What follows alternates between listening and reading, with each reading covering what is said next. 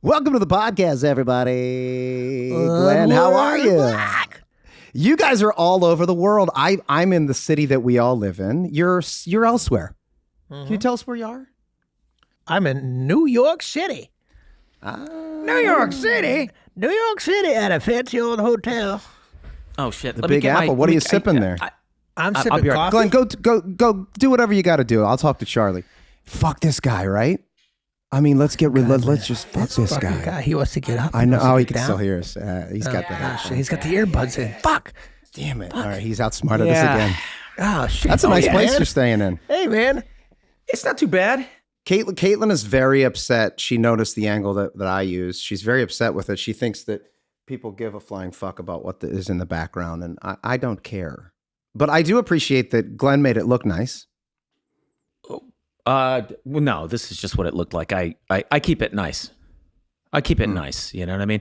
I was the first spot where, you got a little natural sun shining on your face, without a hideous background. This is really the only spot I had where I could get both those things. It's a little bit of a weird thing, but look, we're both showing, kitchen stuff, I guess. Rob? Yes. Yeah. For the listener, I'm sure this is absolutely fascinating.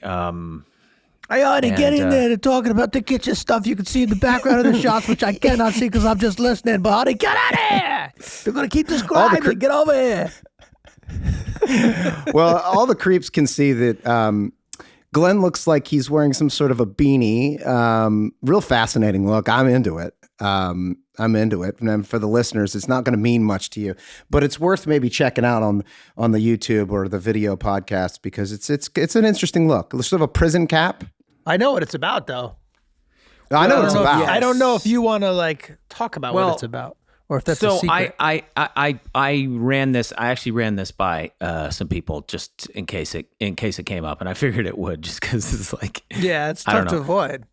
You can't hide it, but you can't hide it. I don't know why I chose to wear this particular hat. It was kind of a last minute thing. I was like, oh shit, I need a hat. So I'm in Toronto because I'm shooting a movie and my character is bald on top. Not, completely bald, just, male pattern baldness, bald on top. And I'll show. It doesn't look that great right now because we did the hair and makeup test on Monday, so it's had a little chance to kind of grow back in. It's glorious, it's so man. great. It is glorious. Yeah, it's grown back in a little bit. From the pictures you sent were astounding. It's amazing. I mean, any listener right now needs to become a creep very quickly. It's worth becoming a creep just to watch. Glenn looks as creepy as possible. He's now one of you. He's a creep. If you are a seeing creep, Glenn has shaved his hair but left the sides, although the sides are very tight as well.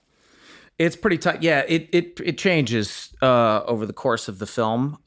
It starts kind of longer like this, and then by the end, it's a little more Jason Statham. You know what I mean? It's a little more like down. Pretty great, man. Down real tight. Well, maybe not as short as this is right now, but it's so good.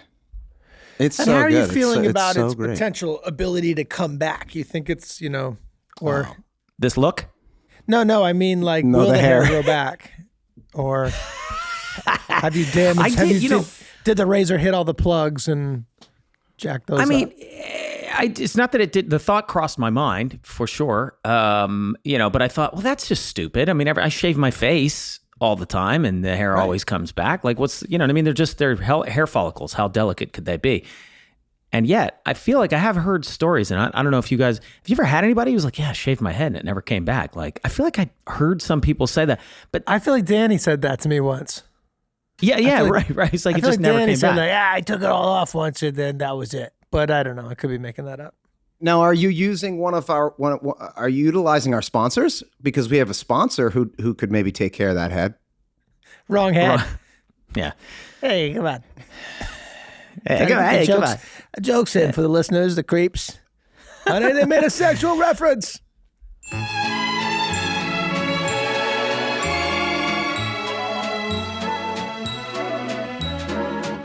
Speaking of sex, speaking of sexual references, and speaking of sex offenders, which is the look that Glenn does have going on right now, and it's not just the baldness; it's the whole look. I mean, Rob.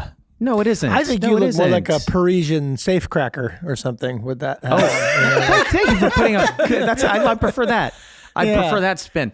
Like you're going to tiptoe into that apartment and you might have a croissant and then you're going to crack I'm going to guess that anybody who's a Parisian safecracker is also a sex offender. Just throwing that out there. That is you are so offensive today. Like, why can't you be? I've just run into too many French people who are fucking dickheads. I'm sorry. I don't know. We're doing our best. Have you ever met a country full of more dickheads? Maybe the U.S. Okay, fine. All right, fine. We've got a lot of dickheads running around here too, but man.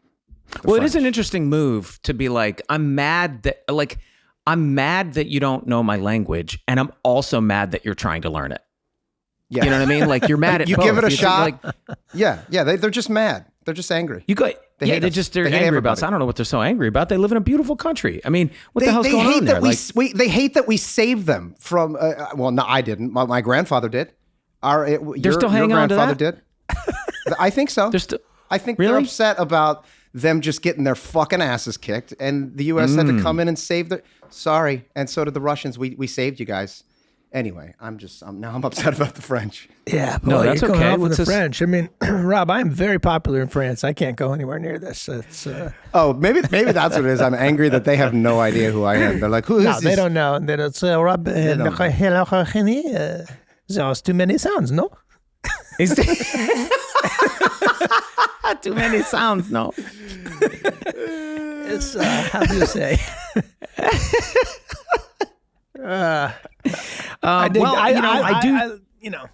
Fuck everybody. Yeah. I had an old roommate who was French, and I loved him. He's lovely, and his family was lovely. So it's not all of the French, but you know what I'm saying. It's a vibe. It's a vibe. It's the wait staff. It's the wait staff. And they're aware. I think the French are aware that there is a certain number of them that don't and they probably feel misrepresented by the rude ones. Because I'm sure there's quite a few.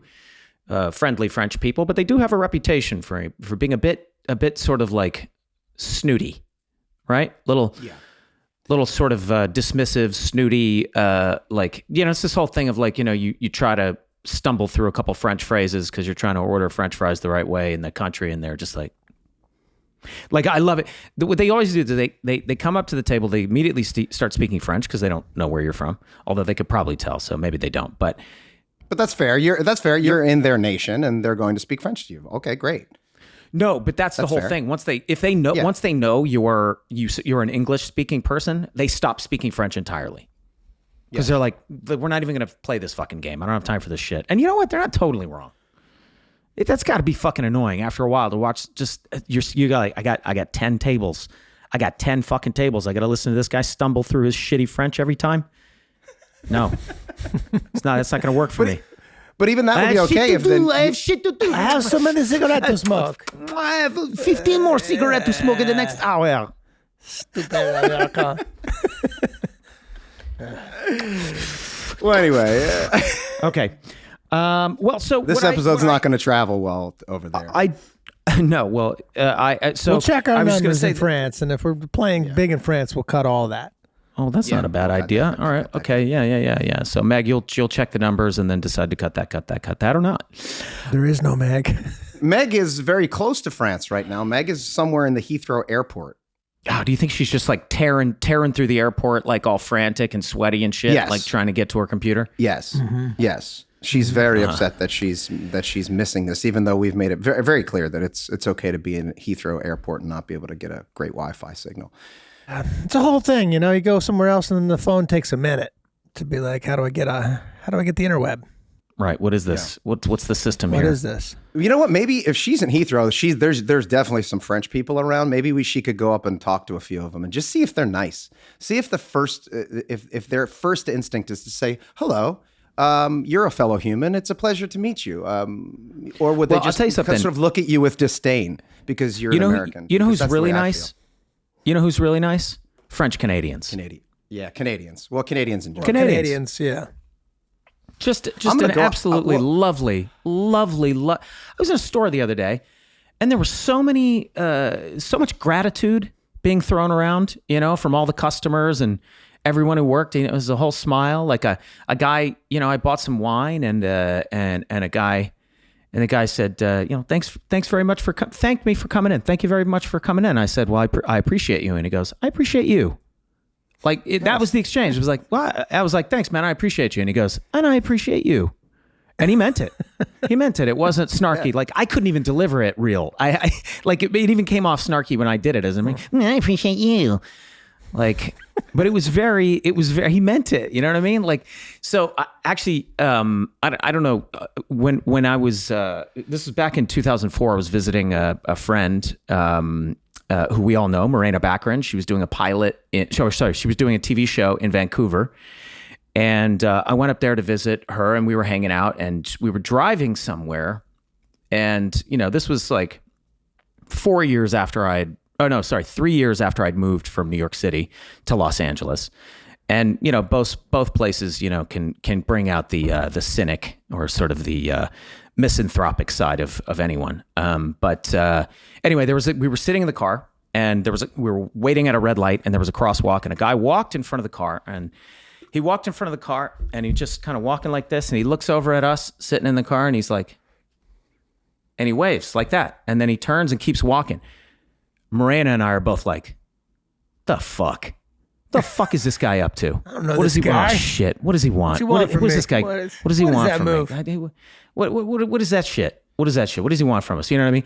And then he just kept walking, and both of us looked at each other and were like, oh shit, we're assholes. Like that guy was just being nice. He was just being nice. That's it. He saw us and he was like, gave us a wave and was like, just wanted us to have a good day. He was floating on a fucking cloud, and he wanted us to feel the same way. So, I don't know. I think New York gets a bad rap because I think people assume that New Yorkers are assholes, and I never found that at all. I feel like New York is an incredibly friendly city as compared relative to other cities and countries. I've always found that to be the case. I feel like they're used to be more of a brash, like more of a no nonsense. Like, all right, hurry up, do your order. My uncle had a really funny story about his first time visiting New York City, and he was like this Tennessee mountain man, and he's walking down the street, and there's a cop standing on the corner, and he walks up to the cop and he goes like, morning, officer. And the cop goes, yeah, very funny. Keep it moving. Very funny. Yeah, very funny. Yeah. Hilarious guy. Oh, good morning. Oh yeah, I guess it is a good morning. Yes. Yeah. Well, I think what you're referring to, Robin, you're not totally wrong. I actually feel the same way about New Yorkers. I think you're right. I mean, look, there's assholes everywhere, but I think in general, I think you're right. But the difference is, and I think that coming from Philly, you also find this refreshing.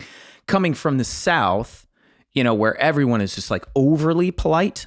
I actually found the directness, the candor, and the brashness of a lot of New Yorkers very refreshing. I was just kind of like, oh, great. You're not like trying to couch this in a bunch of like flowery fucking bullshit. That's how I feel. Don't give me the fake sweet. I'll take an asshole over someone who's fake sweet. Absolutely. Like, absolutely. Well, then go to the Midwest, because that's for goddamn sure. That's legit too. You go to anywhere in Wisconsin, for example, you walk around and that is a genuine kindness and compassion that I've genuine kindness I'm here for. That's great. Great. Illinois, Wisconsin, like the middle part of this country, you walk around and they mean it. Yeah, when they say, "Oh, how are you? How are you?" They mean it. That's not like I'm from the South. I have to put on airs, and I sound like I'm coming down on all Southerners. I am a Southerner. I just found that there's a certain number of people in the South who have a tendency to kind of do this performative sort of greeting every time you walk in the room. They're like, how y'all doing? It's so great to see y'all. And you're just like, why? Why is it that great? It's not that great to see me. I know it isn't. I know it's not that great to see me. So don't fucking throw out the, oh my gosh, how long has it been? You're not really wondering how long it's been. You don't fucking care how long it's been. Who cares? It's bullshit. It's performative. I don't like it. Well, I have not spent as much time in the South as you have, but I can say that when I do go down there, have traveled to, say, Louisiana or Mississippi or Texas. I appreciate it because I'm not getting it on the regular. So it is nice to have people just come up and whether it's fake or not, I have no idea because I'm only there for a week at a time, and I'm enjoying the niceties. But I could see that maybe over time you start to sniff out who's you start to see through it. I think you find that most people, wherever you go, wherever in the world, their resting state is fairly nice and accommodating. Oh, not in France. Not in France. And then that's what I'm happened saying. what happened there? Yeah, I don't know. I don't know. It's got to be a geography thing. Not to suggest that how many people, there's millions and millions and millions of people that live in France. They're not all assholes, but they're resting. Like you have to get past the artifice, and then you find, oh wow, what are you so afraid of? What are you so afraid of over there, guys? You think it's fear? I feel nothing because there is no point to life and no point to this exchange that we are having. And it's meaningless. It's meaningless, and I feel nothing but malaise.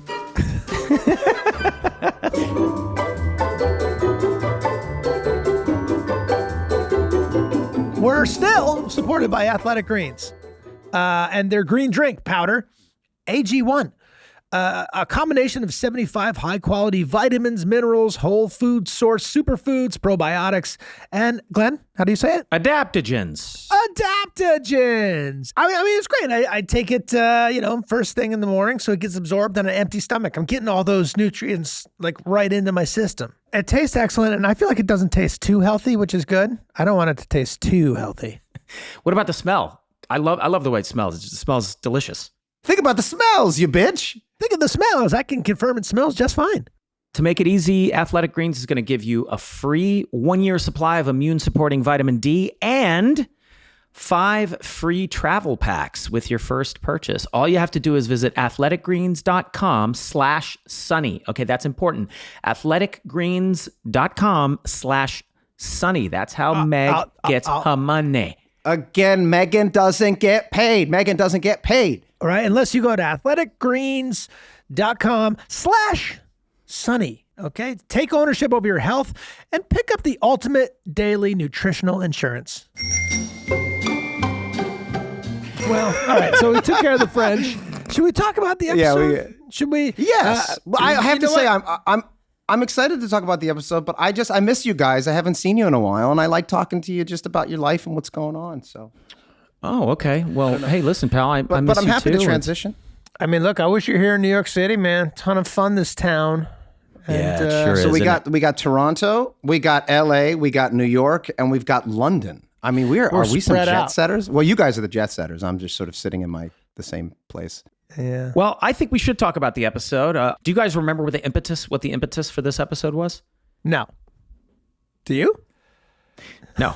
I don't at all. It was a time where there was a new law that was out that was making people that you had to register as a sex offender. I will say this feels like to me like one of the episodes where we just had a funny concept. Like, hey, what if Dennis looked a lot like a guy who was a registered sex offender? I feel like that could have just been like a card on the wall.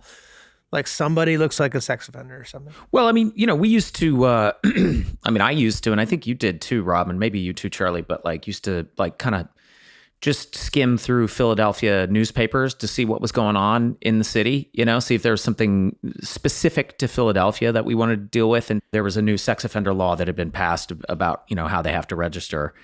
Might have been one of those headlines that caught our eye and we went, oh, okay, that's kind of an interesting, thing. And then to have, Dennis look like this guy, I don't know where that came from, but I'll tell you what, I was very excited when we were breaking that episode, the thought of like actually getting to play like this guy, getting to do, like an Eddie Murphy or fucking thing, you know what I mean? Just put on a fat suit and be just like a totally different guy. That was fun. Yeah. You know what? Megan, I think, sent us a list of questions that I have here, and I could read some of them off. Glenn used to be the host. Well, yeah, no. Well, that was, I think what happened was you guys sensed the power dynamic shifting, and you guys were like, we got to step up, otherwise Howerton's going to be the star of this thing, and I can't have that. Here she comes. Look at the time. Look at the timing of this. Oh, Megan my live. Look at the time. We were just talking Megan about you. live from Heathrow Airport, Europe. This thing was going over like a lead balloon, man. Let me tell you. Oh, no. What happened? I had your questions. I was going to read your questions off, but now you're here and you could do it. So are you all set up over there? Microphone and everything, recording, and I have my microphone. Yes, I'm in a coffee shop. I have I have a latte. Biscuits. This will prove that I'm here because we don't have this brand in the States, I don't think. So, drinking a Megan, coffee we've at done- what 9 like 7 o'clock or 6 o'clock at night? There is that right? it's what time is it there? 5, I think, 5:30. 5. Okay. Yeah, all right. but I gotta stay up. Risky. I gotta Risky. stay up till like 10 tonight to beat this jet lag. So, Do you have your bags and everything, Megan, or are they just like going around at the thing? I'll show you. No, you got your bag, and then you got to a little quiet area. How do you find a quiet area in the middle of an airport? I don't understand. Like, I how hear is the this hustle possible? bustle, but I like it. It's I adding know, but you're ambiance. sitting on like a Um, nice leather couch and shit. Like, where do you find I'm something in like a little that? coffee shop. Well, the airports in the UK are lovely. Heathrow Airport is like my favorite. Sometimes I come here early just to like hang out here because it's nice. Everybody hates you at LAX. You know what I mean? Like the second you walk in, they're like, move, keep moving, move, keep it moving. Like you have to stop your car for like 2 seconds at the curb to let your friend out. It's like, let's go, get the car out of here. I need all the cars out of here. Don't you love too when like you It's go to crazy TSA right now, and they've LAX. changed a rule where they're like, we don't need you to take laptops out of bags anymore, and then they're like irritated with you for not knowing it. Like they're like, Right. no, keep your shoes on. You're like, well, I You don't keep know. one guys. shoe on. Again, people, you get to keep one shoe on, okay? All right? One shoe on. As long as you have an orange sock. If you have an orange sock, you can keep your both shoes on. But if you got white socks, you got to take a third of a shoe off. Okay? Don't make me say it again, people. The flip side of that is the 75% of people who stand in a line for an hour, then they get to the very front of it, and then they have no idea why they're there or what's going on, apparently. They've never been on an airplane before. They don't know that they have to walk through a metal detector and that, their phone will set it off or might set it off, and therefore it shouldn't be in your pocket. That's pretty frustrating. Yeah, there was a lady who was incensed she couldn't bring her giant bottle of water through she was drinking. It's like, is this your first time flying? Yeah, have you never heard that? That's like something that even if you haven't been to You the don't airport, look like you've the heard kind of of this. person that it's your first time flying, so you should know this. You know what? Here they've done away with the customs. Like you just put your passport on like a machine and it just opens a door and you like walk through. But I kind of miss like the interaction with the customs official. But I came here once to the UK and they were asking me questions about like what was my business here. And I was saying like, oh, I'm seeing my husband. And they were like, what's your business? And I was like, I work in television. And then the customs guy was like, do you make a lot of money at that? And I was like, do I have to answer that? Like, he just was curious. And so he was just asking me how much money I made. And I was like, it's just weird. He was like, no, I'm just interested. I was like, well, it's weird in the capacity of you being a customs agent to ask me questions like that. Right. You got how much you got on you right now? Like, how much you got on you? You know, let's just say you were having trouble getting through. Would you have the means to? Would you have the ability to? Grease the squeaky wheel, as it were. You know, to grease some palms. Those tits, are they real or what you got working with over there? It's like that sort of question. Right. There are other ways to get into Is this that country. a television effect? I've talked to. I'm sure I know I've bitched to you guys about this before, but one of my just all-time most infuriating and confusing things is, the number of times I've been, you're waiting at the ticket counter. You don't have to do this, kiosks now. So this is kind of an older problem, but like when you would wait at the ticket counter to give them your bags and get, issued your ticket, you walk up. Here's all it is. You walk up, you hand them your ID, which you should already have in your fucking hand, unless you're an asshole. You hand them the ID. They print the ticket out. They get your bag. They put it on, and you're gone within 3 minutes. I'm out of there. And yet every single motherfucker that's in front of me is like the person's on the computer like fucking writing a fucking novella.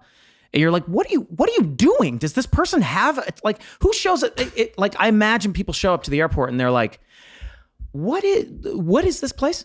And they're like, oh, this is an airport. Oh, okay. Well, maybe I should go somewhere. Yeah, maybe you should. And it just goes on and on. They're like, well, where do you guys fly to? Like, how does it take that long? Like to get, you either have a fucking ticket for this flight or you don't. What are you doing? I never understood that. It drives me crazy. You've What are you always talking been about? What are you one. negotiating? You've always been one to get very fairly frustrated at say a coffee shop where there's a line of 8 people, and then you have the people waiting in line, and it takes maybe like 12 minutes, or maybe it's less, maybe it's 4 minutes. It doesn't matter. The point is when the person finally gets up to the barista and then starts looking at the menu. And doesn't know what it is that they want to get until they get up there. Let's see. You're like, I'm going to fucking punch you in the back of the neck, you fucking asshole. Like, what is... I just... Now, Meg, we've spent the first half of the podcast complaining about the French. Do you see any French people around you? Have you heard them? Are you seeing anybody around you who is acting like an asshole? I haven't seen any French people around, but I'll let you know. There must be some. I'm in the international arrivals terminal. So everybody's here. It's actually the one they shot Love Actually in. So you guys probably never seen Love Actually, but women will know that this is the terminal they shot the arrivals scene in. Love Actually. The three of us shook our heads. Love Actually. I mean, they may as well have titled that movie "Men Don't Bother." And they didn't. Love Apparently Actually. Love Actually.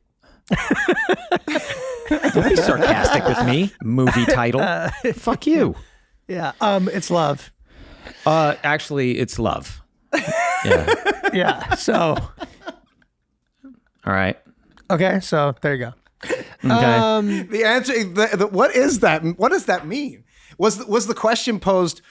Are you with me for the sex, or are you with me for something else, sweetie? Are you with me for my money? Love Actually. Yeah. Let's talk. Okay.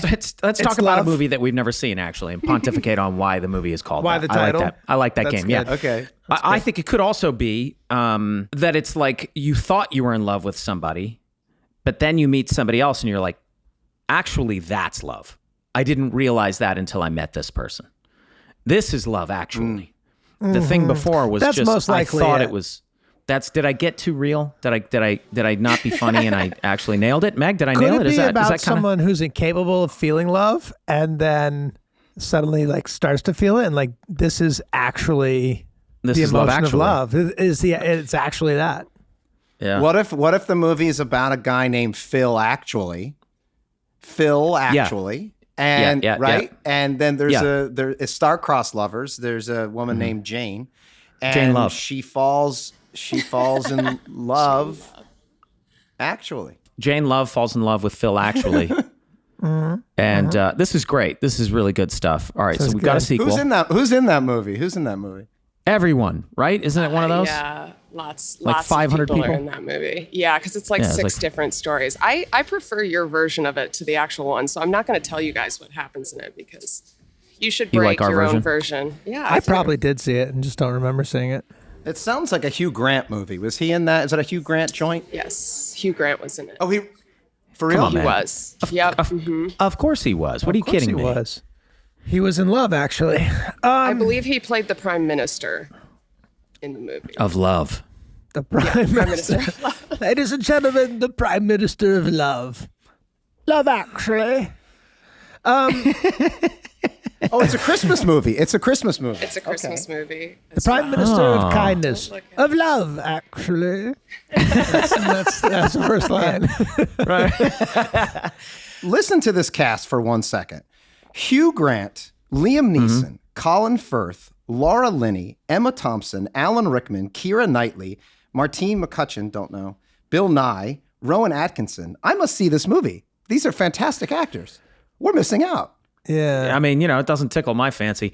I saw the poster. I knew They're all great. those Of people were in course it. I they're all still didn't great go see it. No, actors. they're all great. They're great actors. They're great. They just need to do a movie. Now, if the movie was called Guns, actually, I probably would have gone to see it. You know what I mean? Or like, Fists, actually, and it had Fists, that cast. actually, I'd be like, fuck yeah, man. What is that? Like, what is that shit? Like, Yeah. Or Fist Action Lee, and it's about a guy named Lee and his fist action. yeah, and all of his fist I'm action. seeing that for sure.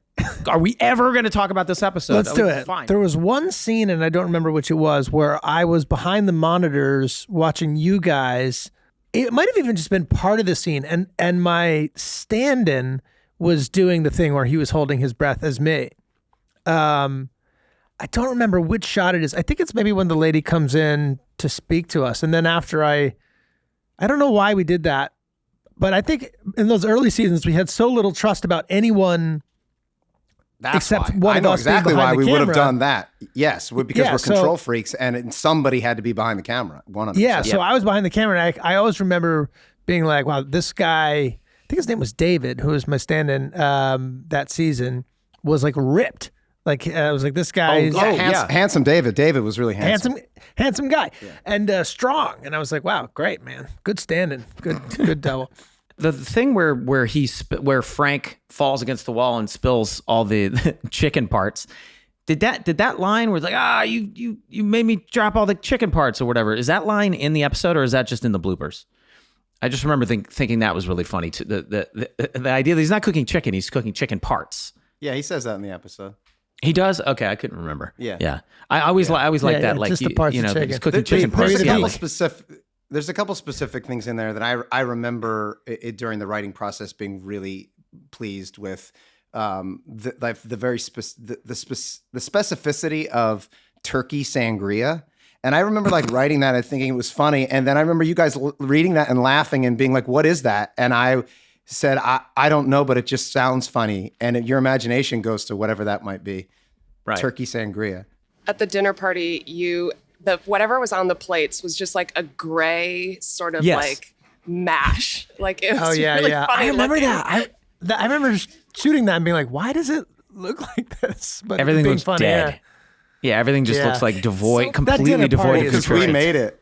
Yeah, because our characters made it. Yeah. Yeah, well, I really think it really helps you see how these people became who they became. The parents, I mean, the parents are worse than the characters. Yeah, the parents are insane. Are worse than our characters. Yeah. Oh, this, by the way, is the Mrs. Mac Bow episode, which is you mentioned it in the last one, but that's right. I mixed them up. That's right. Yeah, this is the one with the boner at. I remember because you watched them both, but I did when you were. Yeah, I couldn't help myself. You know what threw me on this one though is Dee's motivation for getting Dennis beat up.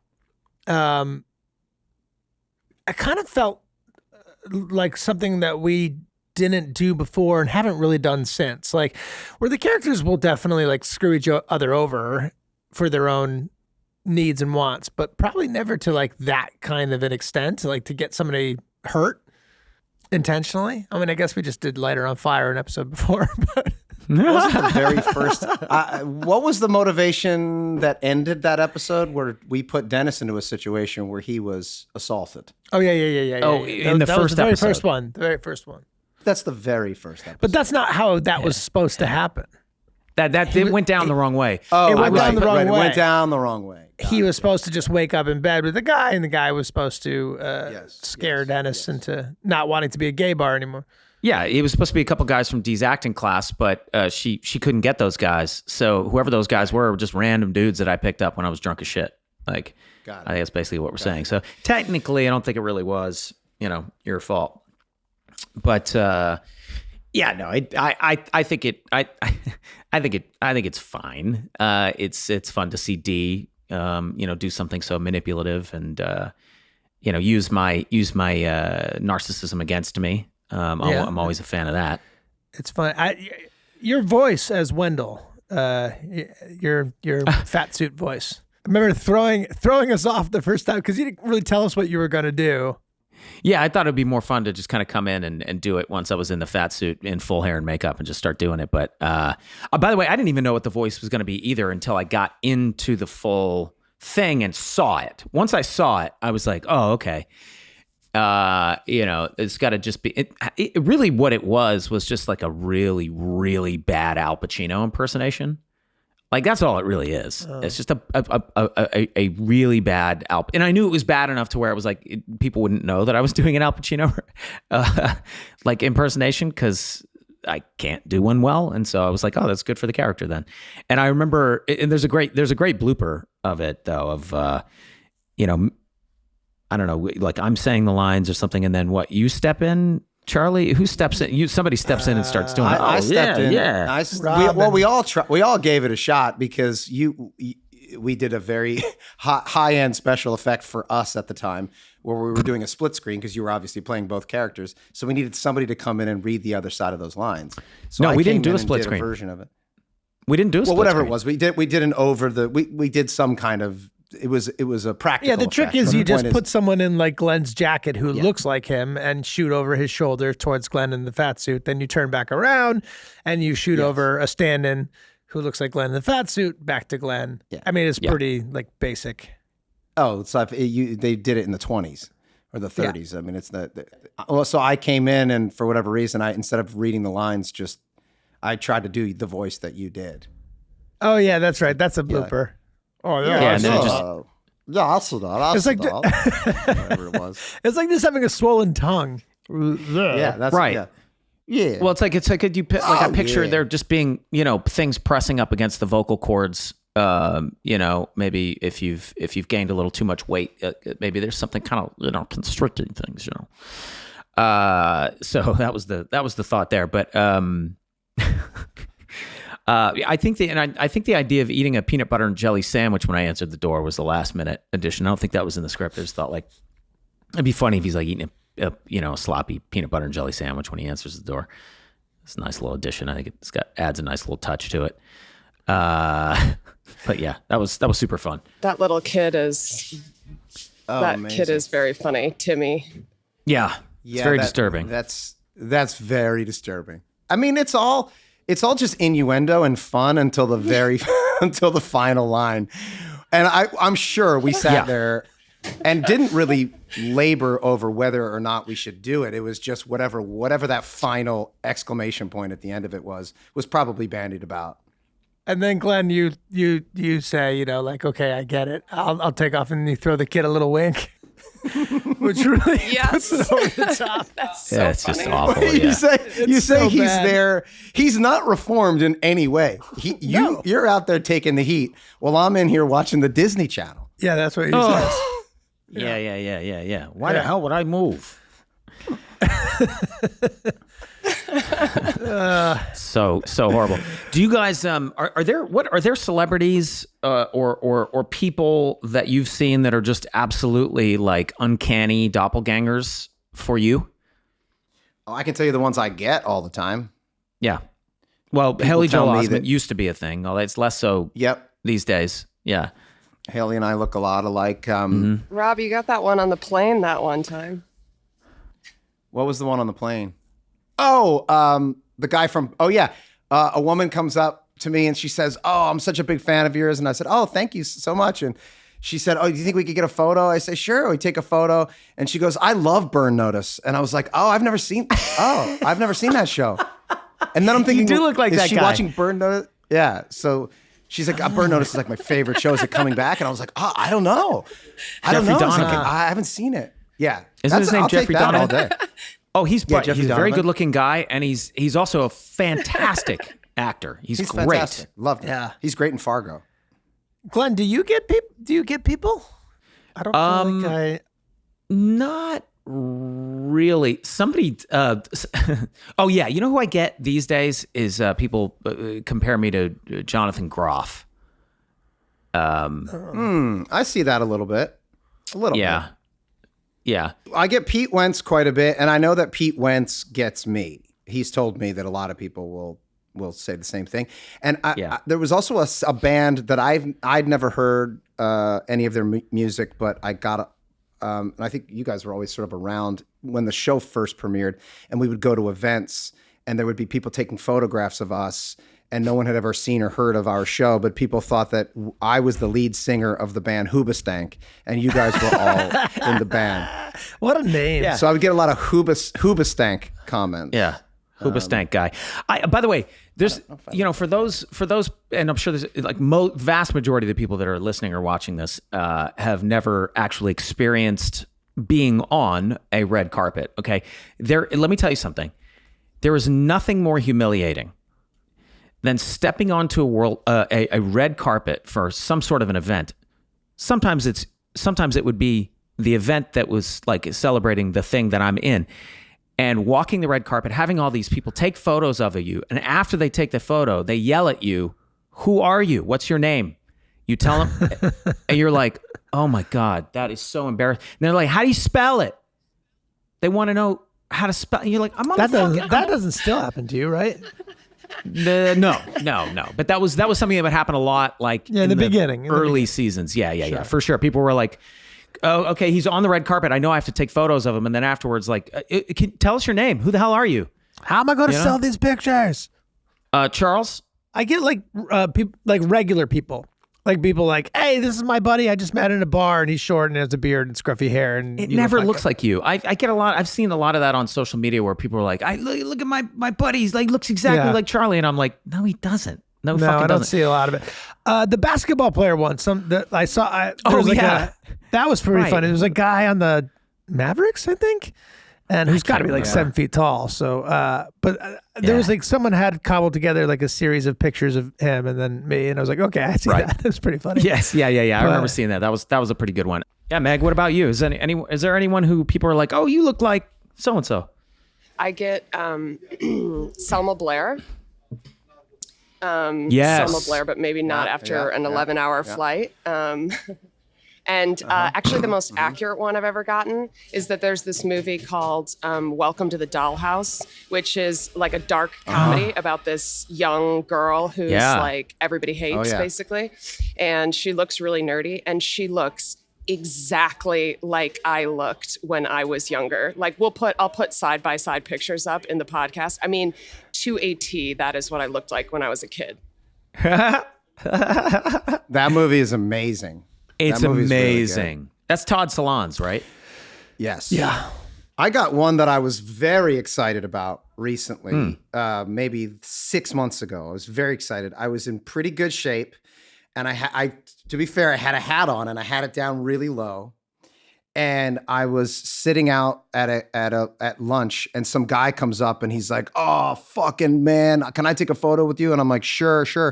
And we take a photo, and he's like, "Oh man, I love a lot of your shit, but like my favorite stuff is like back in the day." I'm like, "Okay, cool." He goes, "The Departed, man. I love The Departed." And I was like, "Okay, wow, what's going on?" Wahlberg, right? You're Alan Wahlberg. Right?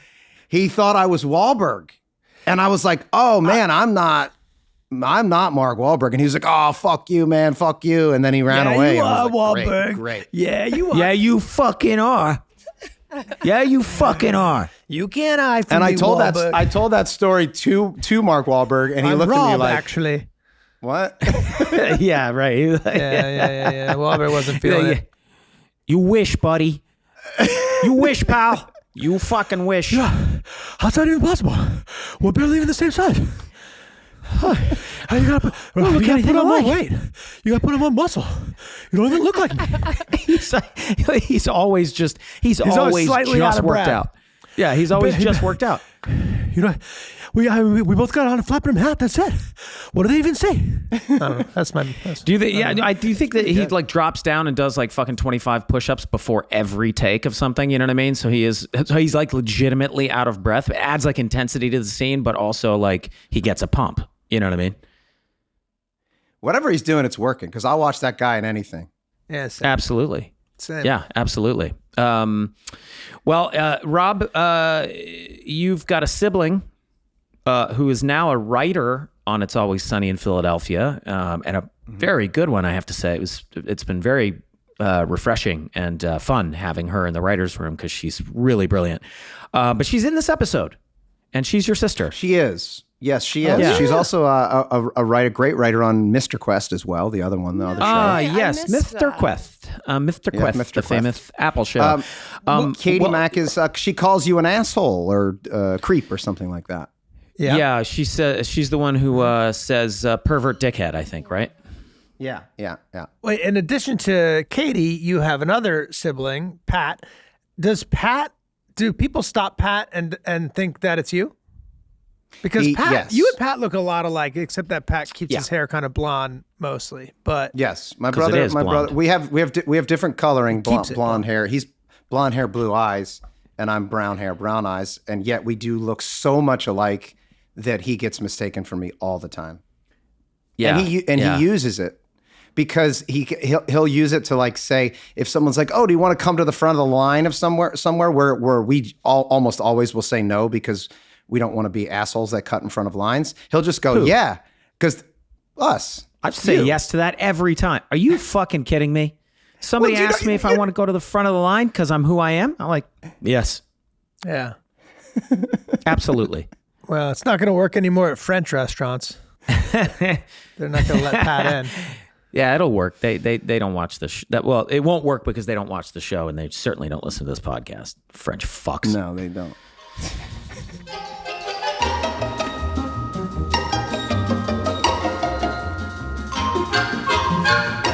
Gregory Scott Cummins is back for this, playing Mac's dad. One of my all-time favorite guest stars. He's such a marvelously funny guy, and I just love him so much. But he refers to the sexual offender as Wendell Short Eyes. Now, Rob, would you like to explain to everyone what the term short eyes means for those of you who haven't spent much time in prison? Yes.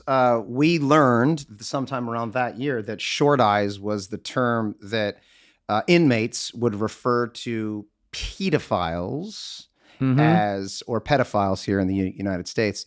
They would refer to them as short eyes. And then, of course, they became victims because there is some kind of honor amongst thieves in prison where if you are a convicted child abuser, they will take care of you. Prison style. The short eyes. That's right. Where do they get the short eyes from, though? You got eyes for the short people? I don't know. Yeah, I don't know. I'm not exactly sure what the origins of that are. Love, actually. Oh, well done. Well done. God damn you. That's pretty. That's oh boy.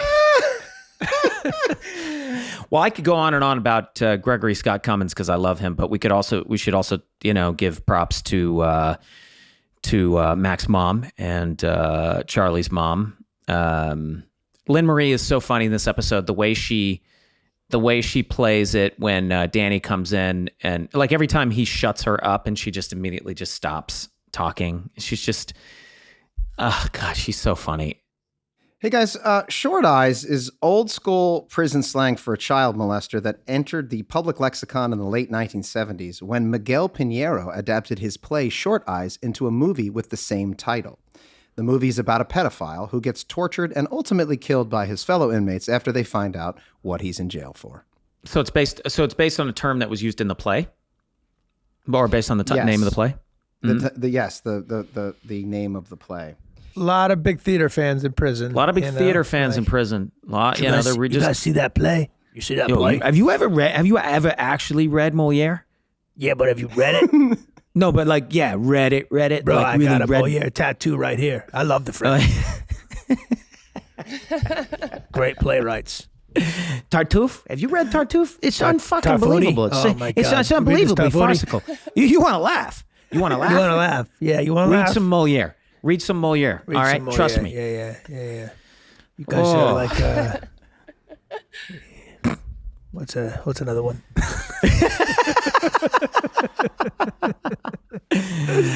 Okay, guys. This has been a lot of fun. I truly enjoyed this. Megan, have you seen Glenn's head? For all the creeps out there? Could we do a reveal for Megan? Ooh, I haven't seen it.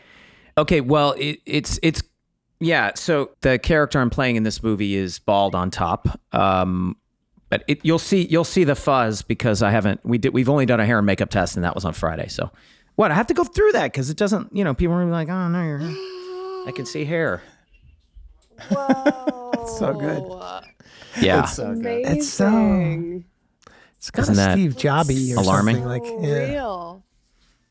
Yeah. So are you gonna get it tanned up, the top, like get some sun on? Yeah, I mean, I'll shave it down to the skin. I think the plan is to shave it down to the skin, like up to like here, and have like a little bit, just have it kind of a little fuzz, like maybe on top, like right here, as is often the case, to try and make it look as real as possible. But yeah, the character I'm playing is actually quite tan. Okay. It's better from the side. You know what I mean? He's a real actor. That's real actor stuff. What Glenn's It's some real actory shit. Yeah. Yeah. It's true. That's it. We've done it. Bye. We did it.